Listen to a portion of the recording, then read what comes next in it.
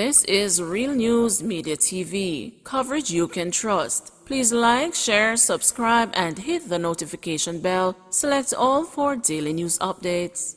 Good morning, my Real News Media TV family. Thank you so much for tuning in this morning, and I'm wishing for everyone a wonderful and a blessed Sunday. And in the news this morning for October 15, 2023, community dawn shot dead in Arnett Gardens. A man who residents say is a don from Top Jungle in Arnett Gardens, St. Andrew, was shot dead by gunmen in the community on Saturday evening. The man, identified as Damani Taylor, otherwise known as Hochipang, was shot dead in a section of the community known as a Baka Wall. Police have confirmed the incident, but up to publication time, were still on the scene conducting investigations.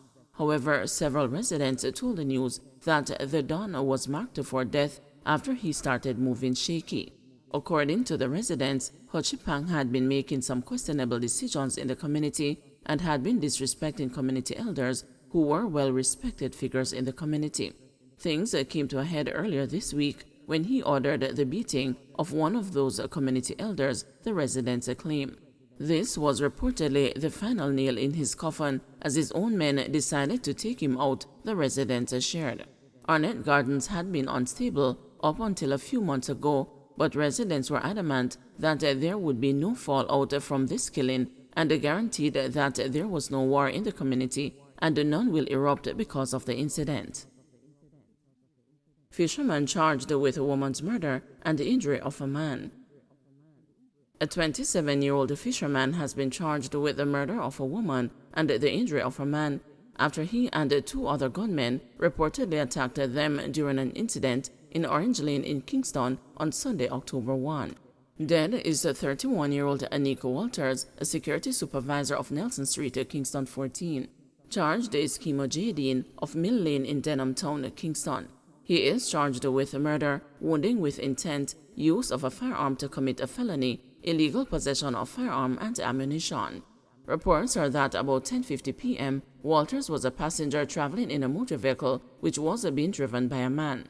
Upon reaching a section of the roadway, they were reportedly pounced upon by J. Dean and the two other gunmen who opened gunfire, hitting them multiple times. The police were alerted and they were taken to the hospital where Walters was pronounced dead and the man was admitted for treatment.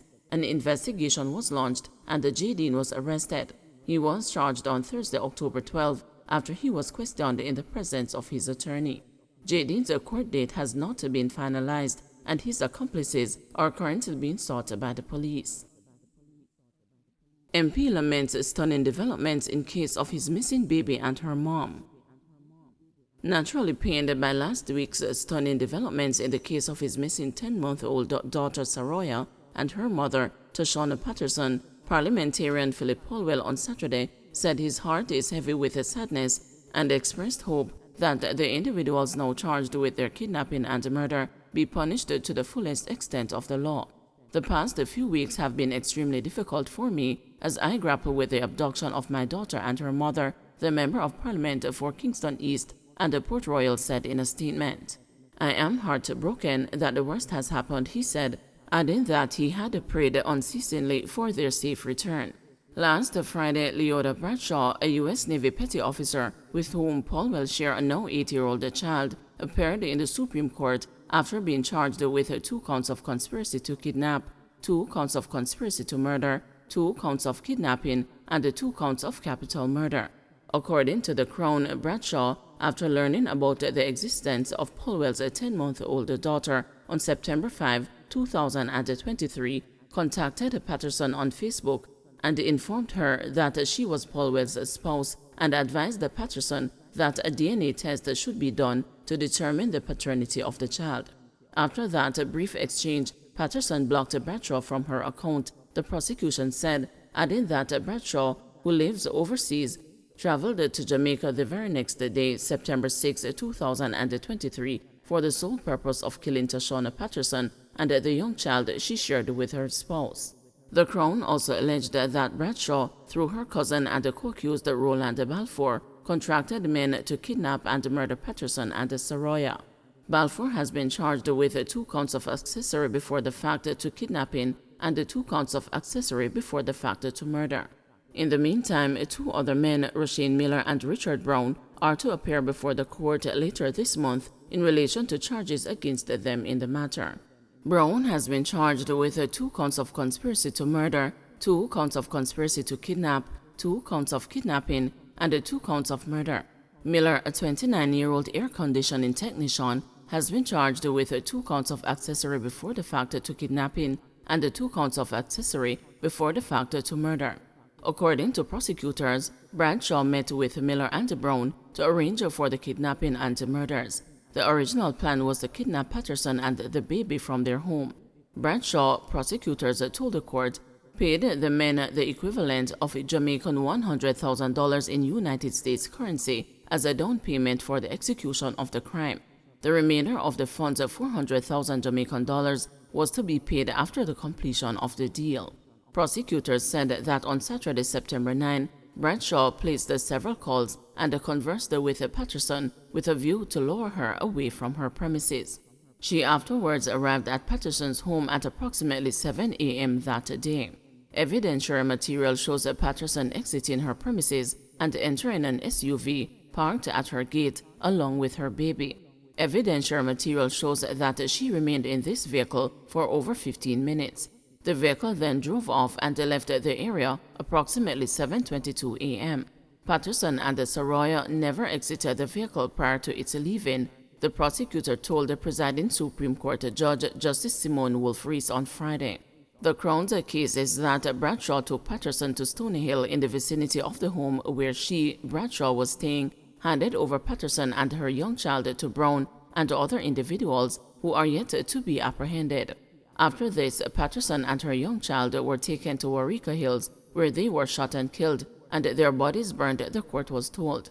In his statement on Saturday, Paulwell said nothing could have prepared him for the events that unfolded since last week, Thursday.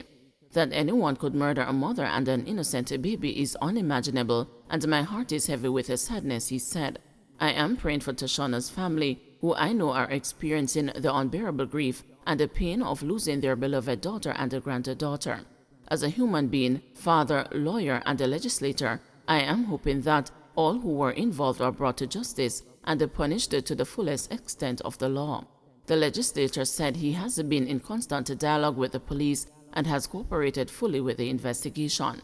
I cannot comment on the investigations nor matters before the court, but I wish to thank the police for their tireless work, he said, and expressed gratitude to the many Jamaicans who have been generous in their prayers as well as their kind and thoughtful expressions of love, support, and solidarity for him and his family. 16-year-old girl gone missing in Westmoreland. An Ananda alert has been activated for 16-year-old Nissa Forbes of Kingswood, Savannah Lamar in Westmoreland, who has been missing since Friday, October 6. She is of dark complexion, slim build, and about 173 centimeters or 5 feet 8 inches tall. Reports from the Savannah Lamar police are that about 6 p.m., Nissa was last seen at home wearing her school uniform, yellow blouse, yellow skirt, and a green and yellow tie. She has not been heard from since. Anyone knowing the whereabouts of Nissa Forbes is being asked to contact the Savannah Lamar police at 876-955-2536, the 119 police emergency number, or the nearest police station. Don't forget to like, share, subscribe, and hit the notification bell. Select all for daily news updates.